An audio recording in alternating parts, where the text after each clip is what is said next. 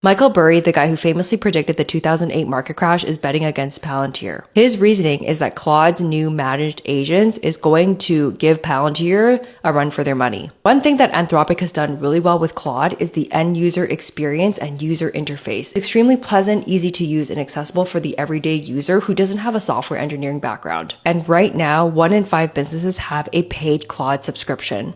Palantir, on the other hand, is B2B. They do not sell to the general public. And if you go on their website, you can clearly tell that the language and the messaging that they use is clearly designed to target a specific niche. And it's much higher barriers to entry to use than Claude. So even though it looks quite fancy and there's clearly some Mad Men level of marketing here, their underlying revenue model is just software. The reason why they're a big deal, though, is because they have contracts with the US government and the US Army. They also sell to enterprises as well. It's about a 50-50 customer split. They target customers where there's a lot of messy data from various data points, where there's also a lot of privacy concerns as well around that data, and also high stakes decision making. Where things get confusing, I see a lot of people saying that Palantir is an AI company, and that's not 100% true because they do not have their own proprietary LLM.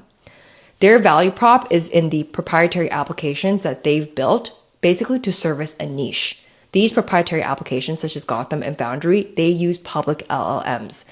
So a customer at Palantir would basically log into the platform and select the LLM they want to use, for example, Opus 4.6. And this is why Palantir has such strong fundamentals. Palantir is what I call one of those 80% gross margin, no debt, cash printing machines. If they were building their own proprietary LLM, they would not be free cash positive. Basically, Michael's whole criticism of Palantir is that they've made their product too complicated to the point where if their own customers need help on the product, Palantir has to send engineers out on site to help their customers understand how to use their product, which is totally fine. All software companies offer professional services along with their software, but if it starts to become a scaling bottleneck, and that's what Michael's argument is, while there is a new product that's coming to market that's scaling much, much faster, then that puts Palantir's whole business model at risk.